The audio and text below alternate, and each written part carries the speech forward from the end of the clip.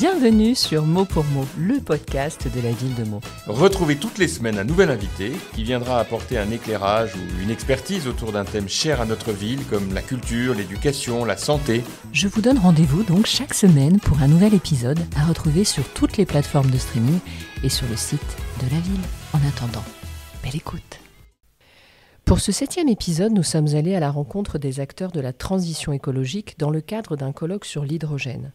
En effet, le 15 octobre dernier s'est tenue la 2e édition des rencontres Roissy-Meaux Aéropole qui réunissait de nombreuses personnalités, élus, chefs d'entreprise, présidents d'université, pour mener une grande réflexion sur la décarbonation et les nouvelles énergies. À ce titre, nous avons rencontré un acteur clé qui a fait l'honneur d'être notre invité. Édouard Artwey, bonjour. Bonjour. Vous êtes directeur général exécutif d'ADP, Aéroport de Paris. Vous participiez aujourd'hui au colloque organisé par le GIP Roissy-Meaux Aéropole en partenariat avec ADP. Alors Roissy-Meaux Aéropole, c'est un groupement d'intérêt qui rassemble à peu près 110 communes, en l'occurrence les forces vives de plusieurs territoires. Les élus ont fait le choix de travailler main dans la main, notamment sur la question de la transition écologique. En quoi ce partenariat avec ADP était important pour vous ? Un aéroport n'est pas une entité hors sol. Un aéroport, il est ancré dans un territoire. Et en plus, chez ADP, on a le droit d'opérer nos aéroports pour l'éternité. Ça veut dire que quand on est à Roissy, quand on est à côté de Meaux, quand on est à côté du Pays de l'Ourcq, on l'est pour l'éternité. Et ça veut dire aussi que les salariés, les 90 000 salariés de la plateforme de Roissy, oui, en fait, ils travaillent et vivent à côté de l'aéroport. Donc, c'est naturel. La question ne se poserait presque pas, sauf que pendant des années, ADP était tourné sur lui-même parce que tourné sur ses clients, sur l'aéronautique, sur le fonctionnement des compagnies aériennes, dans le monde de l'aérien. Et puis depuis une dizaine d'années, sous l'impulsion d'Augustin de Romanet, et puis avec un écho extraordinaire de Jean-François Copé, des présidents de département, de Jean-François Parigi, de Marie-Christine Cavecchi, des présidents d'Interco, en fait on s'est rendu compte qu'on pouvait ouvrir les frontières les uns des autres. Et du coup ça permet de penser l'avenir de l'aéroport. Ça permet de penser l'avenir de l'aéroport en cohérence avec celui du territoire plutôt que juxtaposé. Et puis derrière ça, c'est une foule d'idées, une foule de projets qui peuvent émerger. Très bien. Alors justement, l'hydrogène fait partie des pistes prometteuses pour réduire l'impact environnemental du secteur aérien. Vous avez commencé à l'intégrer, notamment à travers une structure, je crois, créée l'année dernière avec un géant du gaz qui est Air Liquide, qui s'appelle Hydrogen Airport. Quelle est la vocation de cette entente ? La vocation de cette entente, c'est de rendre possible l'arrivée de l'hydrogène dans nos aéroports. Vous trouverez 2 ingénieurs, 3 opinions sur le point de savoir si l'avion à hydrogène est faisable, pas faisable, envisageable en 2035, 2078. Moi, j'en sais rien. Tout ce que je sais, c'est qu'on a besoin de l'hydrogène et qu'on en aura de plus en plus besoin. On en a besoin aujourd'hui pour des mobilités terrestres. Oui. C'est le taxi hydrogène. Valérie Pécresse a rappelé qu'il y en avait eu 1000 pendant les Jeux Olympiques, alors qu'il y en avait 5 en 2015. Ces taxis hydrogène, sur les 5 stations où ils peuvent se ravitailler en Ile-de-France, il y en a 3. Le Bourget, Orly, Charles de Gaulle. C'est des flottes propriétaires de collectivités territoriales, c'est des projets industriels. Donc la première étape, c'est de se dire, ce qui est certain, c'est que si on massifie nos usages, si on se met tous ensemble autour de la table, alors on pourra dire aux industriels qu'on a besoin d'hydrogène dans une quantité plus importante et donc en faire baisser le prix. La deuxième manière dont on peut voir l'hydrogène, c'est de se dire, il y aura peut-être un jour un avion à hydrogène, probablement sur du court et du moyen courrier. Je ne sais pas quand ça sera, donc on va prendre une hypothèse simple, on va dire entre 2050 et 2060, on pourrait remplacer les avions actuels sur le court et moyen courrier par la moitié d'avions à hydrogène. Ça veut dire que du coup, il faut qu'il y ait de l'hydrogène sur les plateformes aéroportuaires. Quel est l'espace dont on a besoin ? Avec Air Liquide, on a répondu 20 hectares sur l'aéroport Charles de Gaulle. Quel est le meilleur endroit pour le mettre ? Est-ce qu'en plus cet espace il va être utilisé pour fabriquer de l'hydrogène ? Dans ces cas-là, vous avez besoin d'eau et de beaucoup d'électricité, 3 fois plus d'électricité qu'aujourd'hui. Ou est-ce qu'il va être utilisé pour transformer de l'hydrogène qui arrive déjà sous l'état gazeux en le mettant sous la forme liquide ? Et pour ça, il y a les canalisations, notamment celle de GRT Gaz, et on a travaillé avec GRT Gaz pour voir dans quelle mesure on pouvait utiliser ces canalisations et quelles seraient celles qu'il faudrait construire en plus.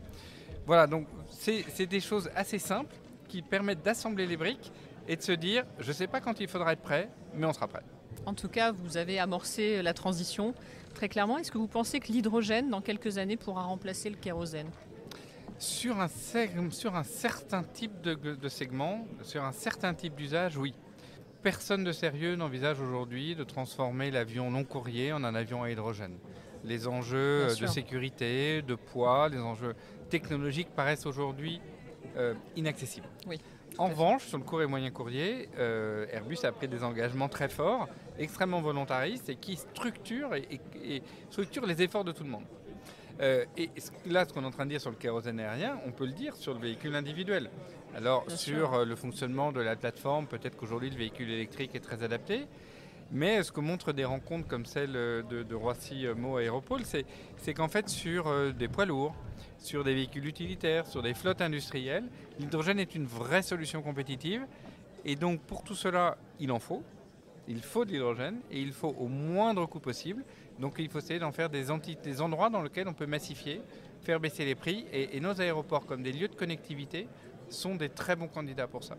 Est-ce que vous avez glané des idées inspirantes aujourd'hui en rencontrant d'autres acteurs de la transition écologique ? Ce que j'ai surtout glané, ce qui est saisissant dans des rencontres comme celle-ci, c'est de voir l'unité de vue de quelques secteurs que ce soit. L'année dernière, j'avais glané l'idée que pour du transport logistique de longue distance, l'hydrogène pouvait être une réelle solution compétitive, oui. Et que si on était nous-mêmes sur un aéroport producteur d'énergie ou producteur d'hydrogène, on pouvait intéresser ces acteurs. Là, ce qui est saisissant, c'était de voir, notamment sur le port du Havre, comment on peut assembler des industries qui sont très polluantes aujourd'hui, très émettrices de CO2, la présence d'industries pétrolières productrices de kérosène de synthèse, qu'on appelle SAF, les carburants alternatifs durables dans le monde de l'aérien, et ensemble créer des e-SAF, c'est-à-dire des carburants de synthèse, et qu'ensuite on peut l'amener sur l'aéroport et couvrir une grande partie des besoins en carburants de synthèse qui sont ceux qui sont la principale brique pour pouvoir atteindre la décarbonation de l'aéronautique, qui est l'objectif que nous partageons tous. Très bien. À quoi pourrait ressembler l'aéroport de demain ? Vaste question. L'aéroport de demain, déjà c'est un aéroport qui permet de prendre l'avion et d'atterrir. Parce que nous, on aime notre métier, on est fiers de ce métier, et on pense qu'il est utile dans le monde dans lequel nous vivons et dans lequel nous voulons vivre. Voilà. Ce n'est pas un monde de décroissance, ce n'est pas un monde d'immobilité. C'est au contraire un monde dans lequel on peut proposer à nos enfants d'avoir accès à la même palette et variété d'ouverture, de rencontres qui a été la nôtre, et puis permettre à des États dans le monde et des pays dans le monde et des personnes dans le monde qui accèdent à la classe moyenne d'y avoir accès également. La deuxième vision de l'aéroport de demain, c'est un aéroport qui est multimodal. Et en étant multimodal, c'est-à-dire qu'il offre à tous ceux qui vivent à côté de l'aéroport la même connectivité.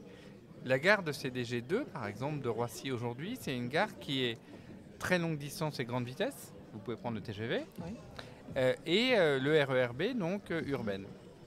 La gare de CDG2, dans 10 ans, vous aurez 50% de TGV en plus, vous aurez un RERB modernisé grâce au CDG Express qui aura ouvert le 28 mars 2027, vous aurez le Roissy-Picardie, vous aurez la ligne 17.